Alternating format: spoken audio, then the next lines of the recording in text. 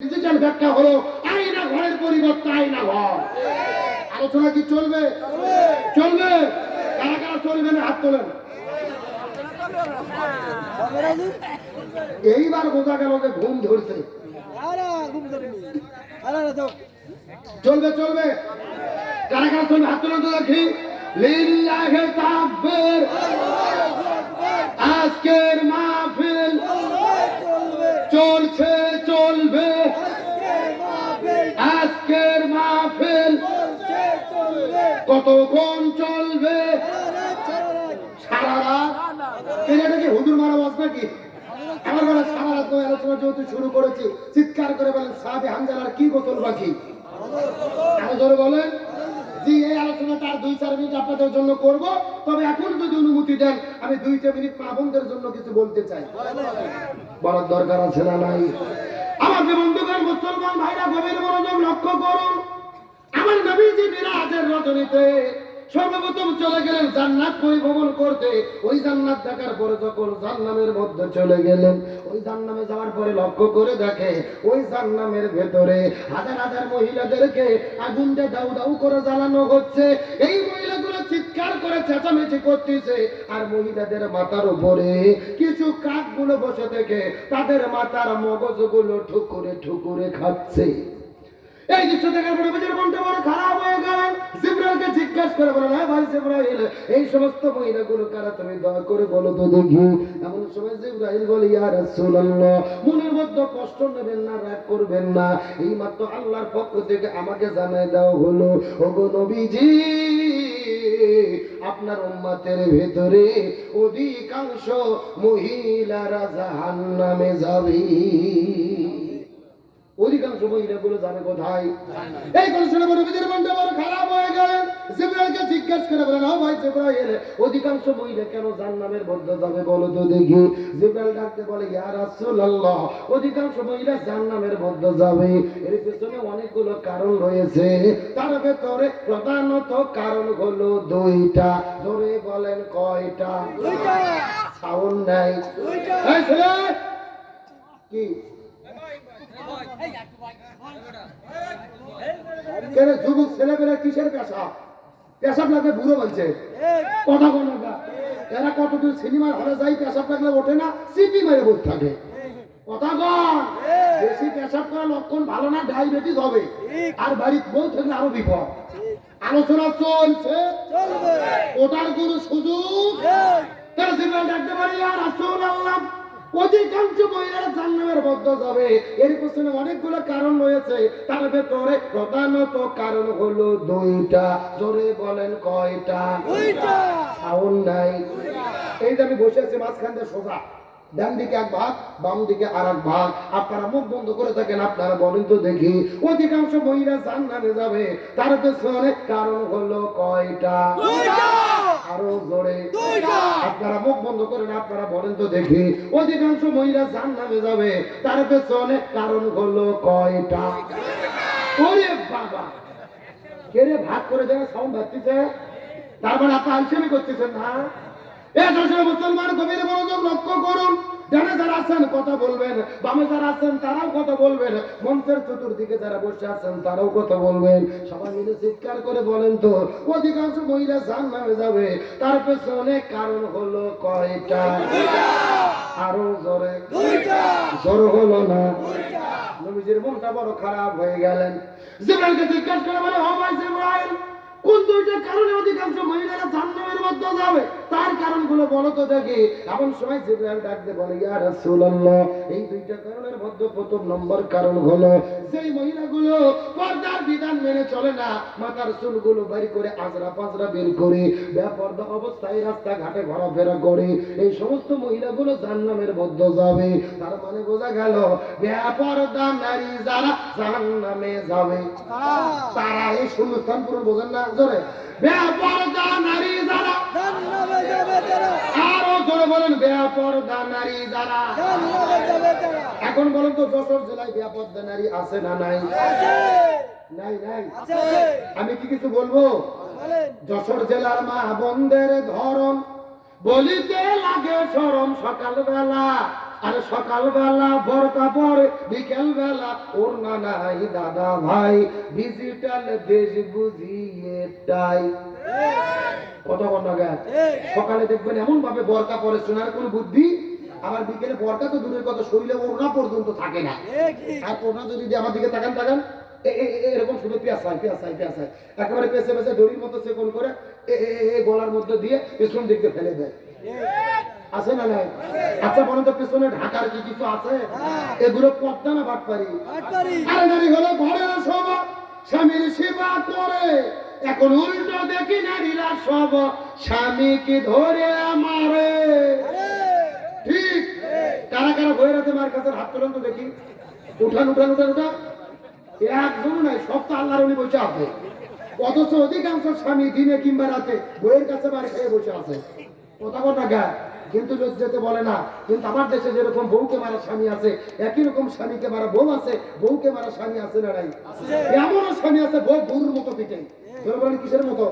হাতের মধ্যে একটা লাঠিনে বউ মারা শুরু করছে, বলছে তুই আব্বা না বলা পর্যন্ত তোর মার বন্ধ হবে না। বউ মার সহ্য করতে না পারে বলছে আব্বা। পরে ধুয়ে শয়তান হুজুরের ফোন দিয়ে বলতেছে হুজুর বউ তো আব্বা বলছে ফতুয়া কি? আমি বললাম ফতুয়া পর আগে তোর বাটাম ঘটাতে হবে। কথা কর না গা। তার কারণ বলেন তো বউ কি মারা যাবে? কে বলে মারা যাবে না? বউকে কখন কখন মারা যাবে আমি হাদিস থেকে বলবো? আমার দিকে তাকান। বউ যদি শরীয়ত বিরোধী কাজ করে, ইসলাম বিরোধী কাজ করে, জেনা ব্যভিচার করে, স্বামীর আনুগত্যের বাইরে কাজ করে, তখন বউকে মারা যাবে। এখন মারবেন কই? আমার দিকে তাকান, দেখে দিচ্ছি। মাথা বাত, মুখ বাত, পেট বাত, পিঠ বাত, কোমর বাত, মাজা বাত, হাঁটুর থেকে শুরু করে নিচ পর্যন্ত। কথা কি বুঝেছেন? আর যেই বেদে মারবেন এই বেদের পরিমাপ হবে 1 বিঘের অর্ধেক, মানে হলো 1 মুষ্টি। আমি গত 4 বছর আগে গাইবান্ধা জেলাতে এই ওয়াজ করেছি। একটা যুবক লাভ দেবে বলতেছে হুজুর 1 মুষ্টি ধরবো কি আর মারবো কি?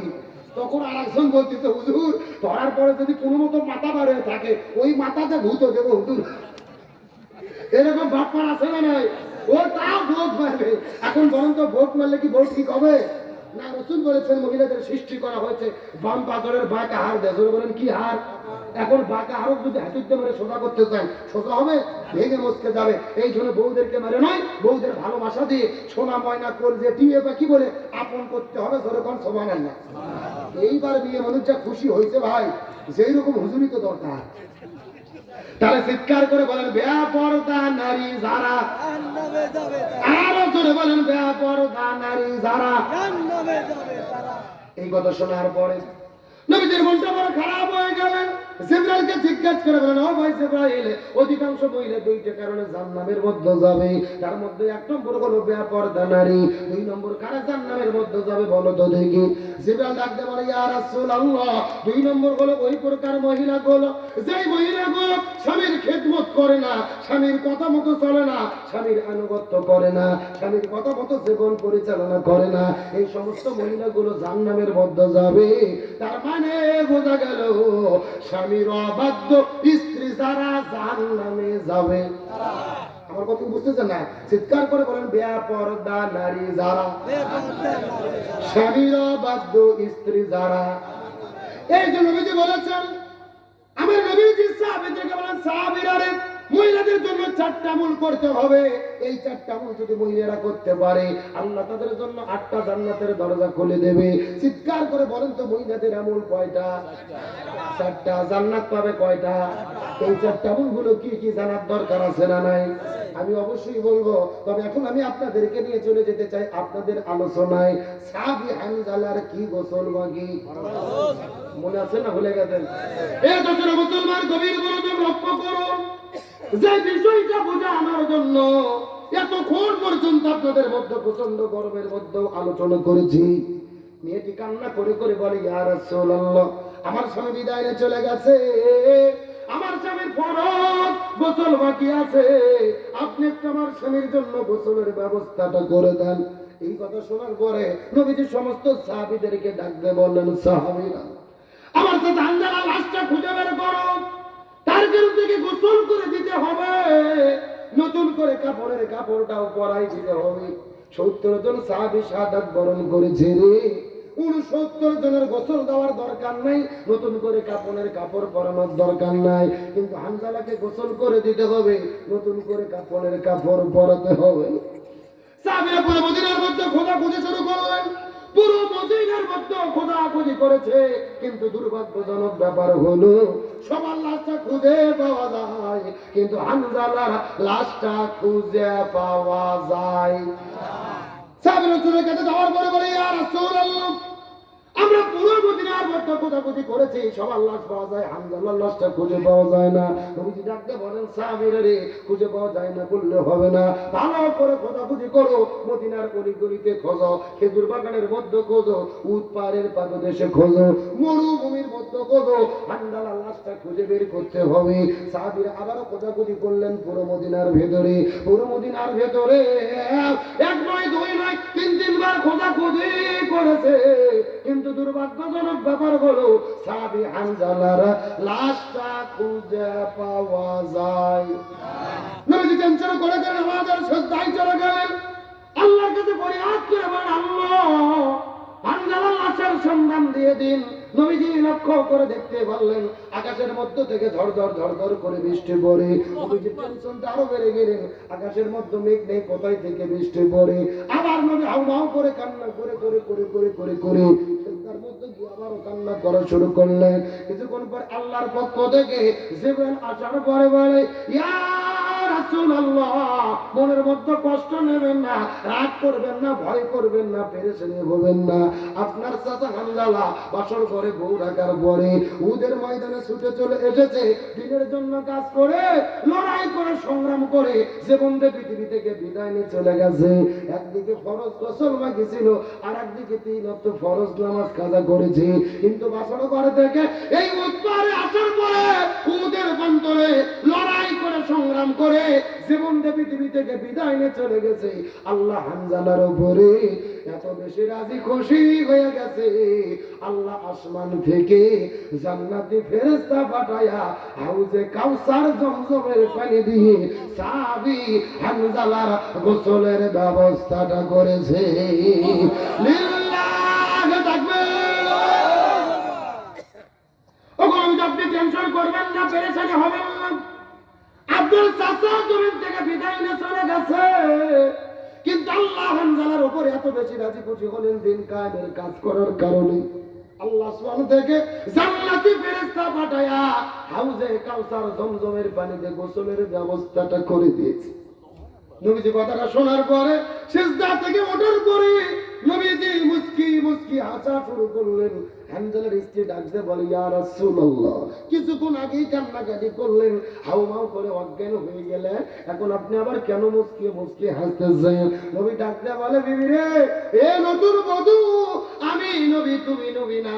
আমি যা জানি তুমি তা জানো না, আমি যা দেখতে পারি তুমি তা দেখতে পারো না। আমার কাছে যেই খবর আছে তোমার কাছে সেই খবর আসে না। এই মাত্র আল্লাহর পক্ষ থেকে যে আসার পরে আমার কাছে জানাই দিয়ে গেল, রে, তোমার স্বামী তোমাকে বাসর করে রেখে জিহাদের ময়দানে এসে শাহাদাত বরণ করেছে। আল্লাহ হানজালার উপরে এত বেশি রাজি খুশি হয়েছে, আসমান থেকে জান্নাতি ফেরেশতাদেরকে দিয়ে তোমার স্বামীর জন্য আল্লাহ গোসলের ব্যবস্থাটা করেছে। লিল্লাহি তাকবীর। জন্ম আমার নবীর যুগে হলে কেমন হতো, জন্ম আমার নবীর যুগে হলে কেমন হতো, দুনয়ন রাসূল পাক দেখিলে কেমন হতো, জন্ম আমার নবীর যুগে। রাসূলের মহব্বত আমাদের পরিচয়ের মধ্যে নাই, একটু জবান করে সবাই বলেন, ভালো লাগবে একসঙ্গে। জন্ম আমার নবীর যুগে হলে কেমন হতো, জন্ম আমার নবীর যুগে আসতো ভেসে হাজারতে বিলালের মধুর আজান, যে আজানে ছিল এমন প্রেম মুগ্ধ রহমান। আসতো ভেসে হাজারতে বিলালের মধুর আজান, যে আজানে ছিল এমন প্রেম মুগ্ধ রহমান দয়াল নবীর পিছে নামাজ পড়লে কেমন হতো জন্ম আমার নবীর যুগে হলে কেমন সবার সঙ্গে জন্ম আমার নবীর যুগে হলে কেমন চিৎকার করে বলেন দিক আল্লাহু আকবার আরো জোরে বলেন তো দিক আল্লাহু আকবার আমার নবীজি মুস্কি হাসি দিয়ে ডাকতে বলে নববধূ তোমার স্বামী জমির থেকে বিদায় নিয়ে চলে গেছে কিন্তু আল্লাহর পক্ষ থেকে জান্নাতে ফেরেশতা যে তোমার স্বামীর জন্য গোসলের ব্যবস্থাটা করে দিয়েছে এই কথা বলার পরে আমার নবীজি লক্ষ্য করে দেখতে পারলেন উদের প্রান্তরে একটা সাদা পোশাকধারী দল একটা খাটুনির ভেতরে লাশ নিয়ে উদের ময়দানে হাজির হয়ে গেলেন আরো জোরে বলেন আমার নবীজি আস্তে আস্তে চলে গেলেন খাটুনির কাছে খাটুনির কাছে যাওয়ার পরে নবীজি লক্ষ্য করে দেখতে পারলেন ওই খাটুনির মধ্যে হামজালাকে শোয়াই রাখা হয়েছে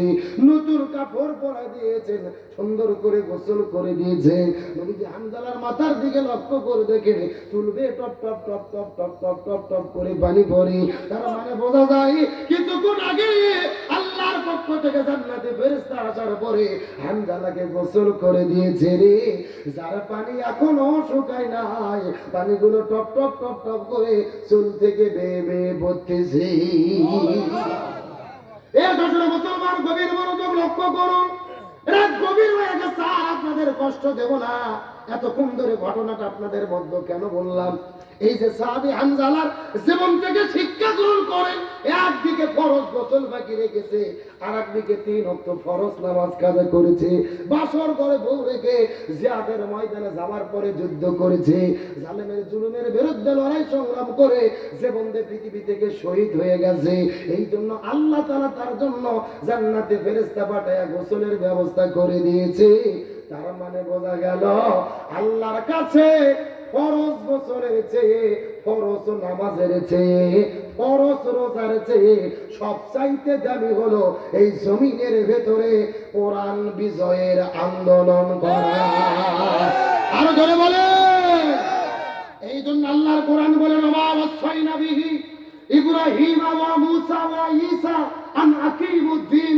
ওয়া লা তাতাফাররাকু ফি হে যশোরের মুসলমান গভীর মনোযোগ আল্লাহর যুগান্তরকারী ঘোষণা আল্লাহ বলেন পৃথিবীতে হযরত মুসা ঈসা ইব্রাহিম আলাইহিস সালাম আমি যত নবী রাসূল প্রেরণ করেছি সব নবী রাসূলের দায়িত্ব ছিল তারা যেন জমিনে দ্বীন কায়েম করে ওয়া লা তাতাফাররাকু ফি তোমরাও যদি মুসলমান হও এই জমিনে দ্বীন কায়েমের আন্দোলন করো এই ব্যাপারে কোনো দলাদলি করা যাবে না কার কথা আল্লাহ আরো জোরে বলেন গভীর মনোযোগ দিয়ে শেষ কথা কানের মধ্যে ঢুকানোর চেষ্টা করেন আল্লাহ কোরআনের 82 জায়গার মধ্যে বলেছেন আকিমুস সালাহ ওয়া আতুজ যাকাত নামাজ কায়েম করো যাকাত প্রদান করো তবে নামাজ আর যাকাতের ব্যাপারে ওয়ালা তাতাফাররাকু ফি তোমরা দলাদলি করো না এমন কথা আল্লাহ কোরআনে বলেনি আল্লাহর কোরআন বলেছেন ওয়ালিল্লাহি আলান নাসি হিজ্জুল বাইত যদি তোমাদের সামর্থ্য থাকে হজ করো তবে হজের ব্যাপারে ওয়ালা তাতাফাররাকু ফি তোমরা দলাদলি করো না এমন কথা আল্লাহ কোরআনের কোন জায়গায় বলেনি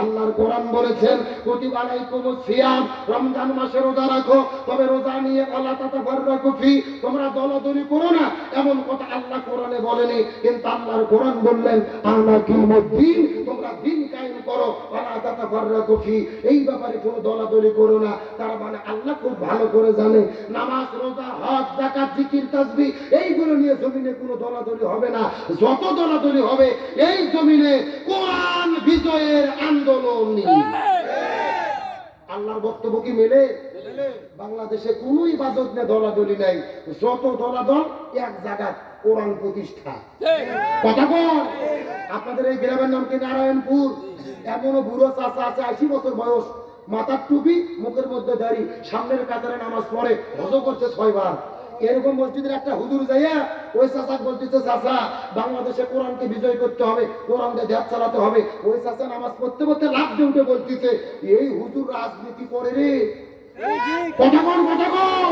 ওর কাছে নামাজ রোজা হজ যাকাত ভালো লাগে কিন্তু আল্লাহর জমিনে আল্লাহর দ্বীন কায়েম ভালো একেবারে সোজা কথা, যার কাছে নামাজ রোজা হজ যাকাত ভালো লাগে কিন্তু আল্লাহর জমিনে দ্বীন কায়েম ভালো লাগে না, এরাই হলো টাটকা মুনাফিকের গোষ্ঠী।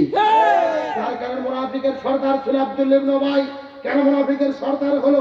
মাথার মধ্যে টুপি, মুখের মধ্যে দাড়ি, রাসূলের পিছনে নামাজ পড়তো, হজ করতে 6 বার। মুনাফিকের সরদার কারণ হলো দুইটা, 1 নম্বর নবীর নেতৃত্ব মানেনি, আর 2 নম্বর জমিনে দ্বীন কায়েমের বিরোধিতা করেছে।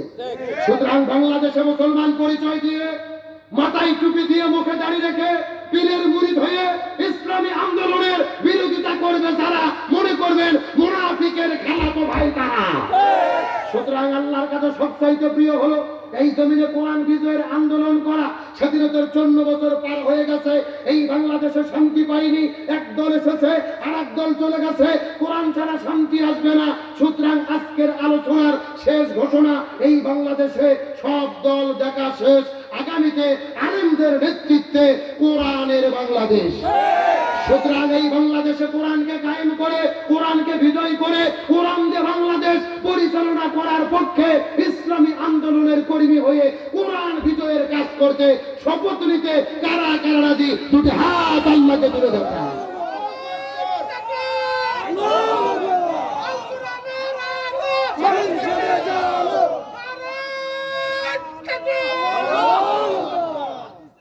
আপনাদের কষ্ট হয়, রাগ করেন, একেবারে সোজা কথা। বাবার নীতি, বেটির নীতি, স্বামীর নীতি, বইয়ের নীতি, সব নীতি আমরা দেখেছি, কোন নীতি শান্তি দিতে পারেনি। শান্তির জন্য কোরআনের নীতি কায়েম করতে হবে। সারা রাত ওয়াজ শুনে লাভ নাই, ওয়াজের মতো ওয়াজ হলে 10 মিনিট যথেষ্ট। কিন্তু বাংলাদেশের অধিকাংশ হুজুর তেলতেলা ওয়াজ করে, এই আসল কথা কয় না। কথা কর না কেন? বাংলাদেশে কোরআন যদি কায়েম হয়, নামাজের জন্য জনগণ তেল মারা লাগবে। আজকে ডক্টর মোহাম্মদ ইউনূস যদি আইন পাস করে, আগামীকাল ফজর থেকে একজন ব্যক্তি যারা একত্র নামাজ কাজা করবে 6000 টাকা জরিমানা, 6 মাস জেল। আগামীকাল ফজরের সময় আপনাদের নামাজের জন্য ডাকা লাগবে। রাতে 3টের দিকে মুসল্লিরা যাইয়া মুয়াজ্জিনের দরজা ধরে ঠেলাঠেলি শুরু করবে। কথা কর না কেন? এই জন্য আল্লাহর কোরআন, আল্লাহ কোন জায়গায় কয়নি নামাজ পড়ো। আল্লাহ বলতে আল্লাযীনা ইম্মাক্কান্নাহুম ফিল আরদি আকামুস সালাহ, ক্ষমতা যাও নামাজ বাধ্যতামূলক করো। নামাজ তেল মেরে পড়ানোর জিনিস না, নামাজ হলো আইন পাস করে বাধ্যতামূলক করে পড়ানোর জিনিস। সারা রাত ওয়াজ হয়, ফজরের মুসল্লি 3 জন, ওয়াজের দিনে মসজিদ জায়গা পায় না। কথা বল না কেন? এটাই তো আমাদের দেশের পরিস্থিতি। তার মানে আমাদের ওয়াজ দিয়ে নামাজে হবে না, সমাজ পরিবর্তন হবে না, কোরআনের নীতি কায়েম করতে হবে। আজকে বাংলাদেশে আলেমদের সম্মান আছে। সৌদি আরবে আলেমদের বেতন হলো 2 লাখ 3 লাখ, আর বাংলাদেশে মসজিদের বেতন 3000, তাও 6 মাস বাকি। কথা বল না কেন? তবে আলহামদুলিল্লাহ একটা বিষয় দেখার পরে খুবই ভালো লেগেছে। গতকালকে বাংলাদেশের টাঙ্গাইল মির্জাপুর থানায় এক আলেম, এক ইমাম 34 বছর ধরে চাকরি করার পরে তাকে বিদেয়ী সংবর্ধনা দিয়েছে, 9 লক্ষ টাকা তাকে উপহার দিয়েছে, হাদিয়ে দিয়েছে। আল্লাহু আকবার বলেন।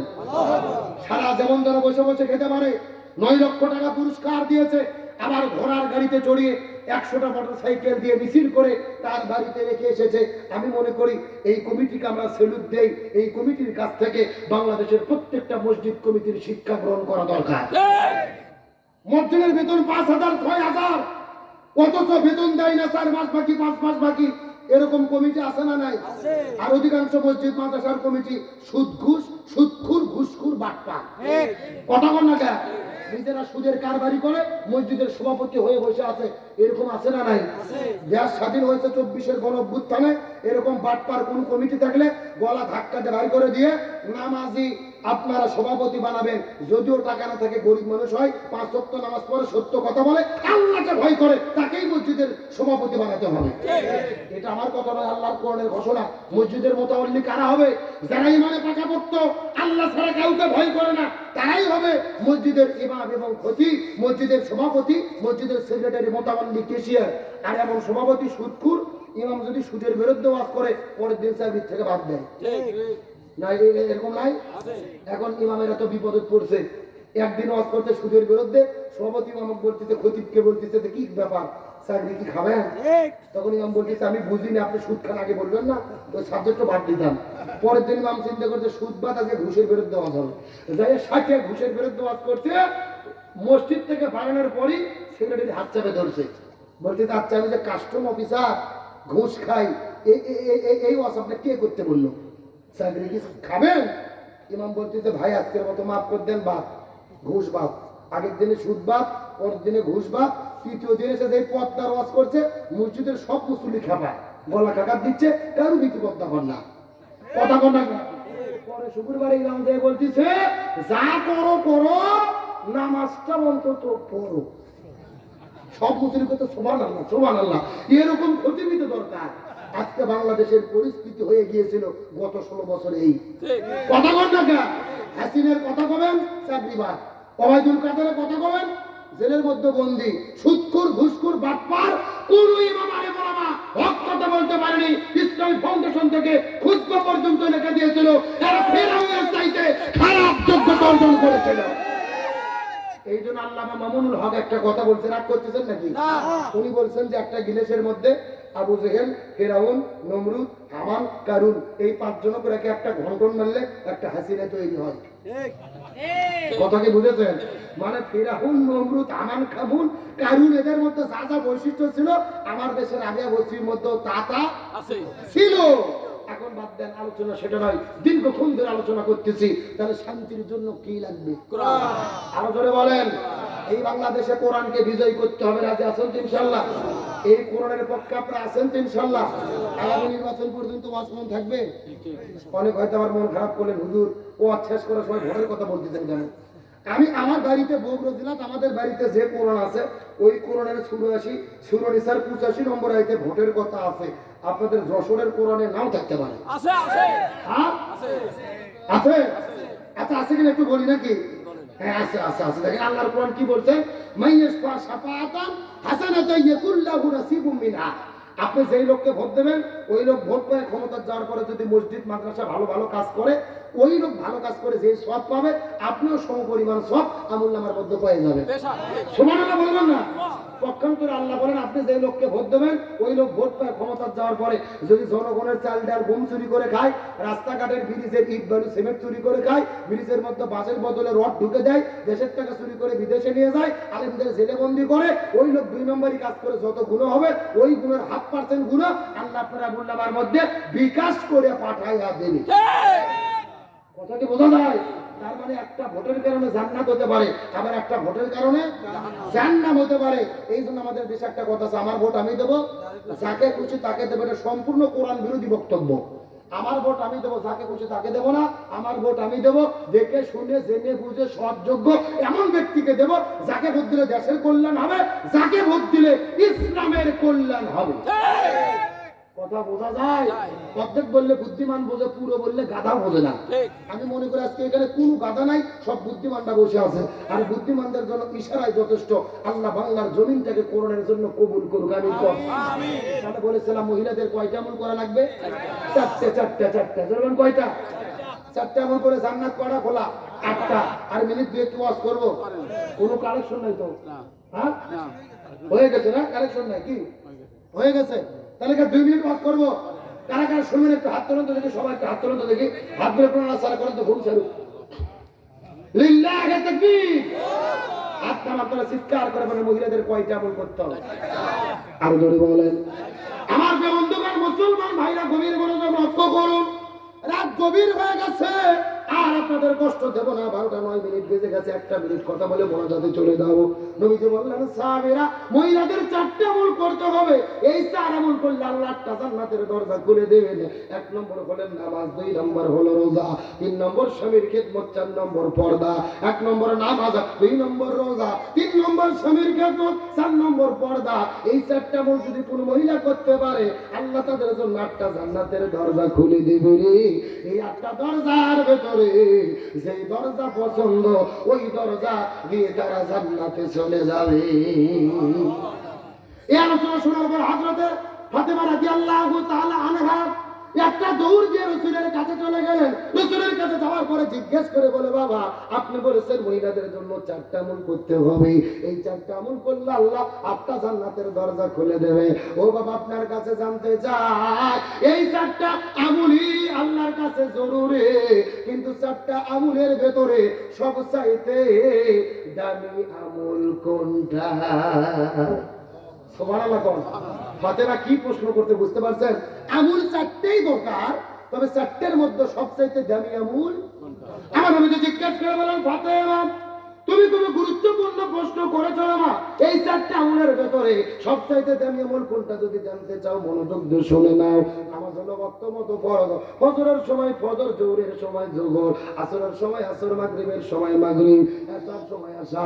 নামাজ হলো ওয়াক্ত মতো ফরজ, রমজান মাস যখন আসে তখন রমজান মাসে রোজা রাখা ফরজ, আর স্বামী যখন কাছে থাকে তখন স্বামীর খেদমত করা ফরজ। আর পর্দার কোনো বয়স নাই, পর্দার কোনো মুহূর্ত নাই, পর্দার কোনো ওয়াক্ত নাই, পর্দার কোনো সময় নাই রে। একটা মহিলা যুবতী হওয়ার পর থেকে প্রতিটি জায়গায় প্রতিটি ক্ষণে এমনকি মৃত্যু কবর পর্যন্ত পর্দা মেনে চলা ফরজ। কোন পর্যন্ত? কবর। কবর যখন কি? আচ্ছা আপনাদের যশোরে ছেলে মানুষ মরে গেলে কয়টা কাপড় দেয়? কথা বলে কয়টা? আর মহিলাদের কারণ কি? কথা কয় না, পর্দার কারণে 5টা কাপড় রে। আল্লাহ বলে মহিলাদের কবরে দিল 5 পিস, আর আমার মা বোনেরা আগে করতো 3 পিস, তারপরে 2 পিস, আর এখন 1 পিস করে ঘরে। কথা কয় না গা? তাহলে কবর পর্যন্ত পর্দা আছে না নাই? মহিলাদের কবর করে কোন পর্যন্ত? বুক পর্যন্ত, ছেলেদের নাভি পর্যন্ত। তাহলে মাটি খোঁড়ার মধ্যে পর্দা আছে না নাই? জনগণ সুতরাং মহিলাদের জন্য এই পর্দা জরুরি। পর্দা যদি মা বোনেরা করে ইজ্জতের হেফাজত পাবে। 4টা আমল করলে আল্লাহ 8টা জান্নাতের দরজা খুলে দেবে। আল্লাহ মহিলাদের 4টা আমল করার তৌফিক দিক বলেন আমিন। আমি দীর্ঘক্ষণ ধরে আলোচনা করেছি, যত ইবাদত বন্দেগী করি সব ইবাদতের বড় ইবাদত এই জমিনে কোরআন বিজয়ের জন্য কাজ করা। রমজানের শিক্ষা, বদরের শিক্ষা, প্রয়োজনে রোজা ভেঙে কোরআন বিজয়ের জন্য কাজ করা। আল্লাহ আমাদের প্রত্যেককে জমিনে কোরআনকে বিজয় করার কাজ করার তৌফিক দিক বলে আমিন। জি, আমি একটু আপনাদের বলতে চাচ্ছি, কেউ উঠবেন না, দয়া করে দোয়া না করে কেউ যাবেন না। আমি মুসাফির মানুষ, সেই বগুড়া থেকে যেতে প্রায় 600 কিলো রাস্তা। আজকের এই মাহফিল হয়তো আপনারা সবাই কি খুশি হয়েছেন? সবাই খুশি? কারা কারা বেজার একটু হাত তোলেন তো। এই 3জন বেজার। আচ্ছা এবার সত্যি সত্যি কারা কারা খুশি হয়েছেন সবাই হাত তোলেন। হাত তোলেন, হ্যাঁ চিৎকার করে বলি ইয়া রাব্বাল আলামিন। আজকের মাহফিলকে আপনি কবুল করে নেন। এই মাহফিলে ওসিলা করে আমাদের সবাইকে মাফ করে দেন। এই মাহফিলে আমাদের সামর্থ্য মতো দান করার তৌফিক দেন। সকলে বলেন আমিন। হাতগুলো মুষ্টি করেন, মুষ্টি মুষ্টি, হ্যাঁ আস্তে আস্তে নামায়া নামায়া নামায়া পকেটে ঢুকান। একটাও ঘুরতে পারবেন না। এখন যে উঠে যাবে মনে করবেন এই মাহফিলের সঙ্গে সে শত্রুতা করলো। দ্বিতীয় বক্তার সময় অর্ধেক লোকই ছিলেন না, নতুন করে এসেছেন, অনেকে দেন নেই। যুবকদের সঙ্গে মাত্র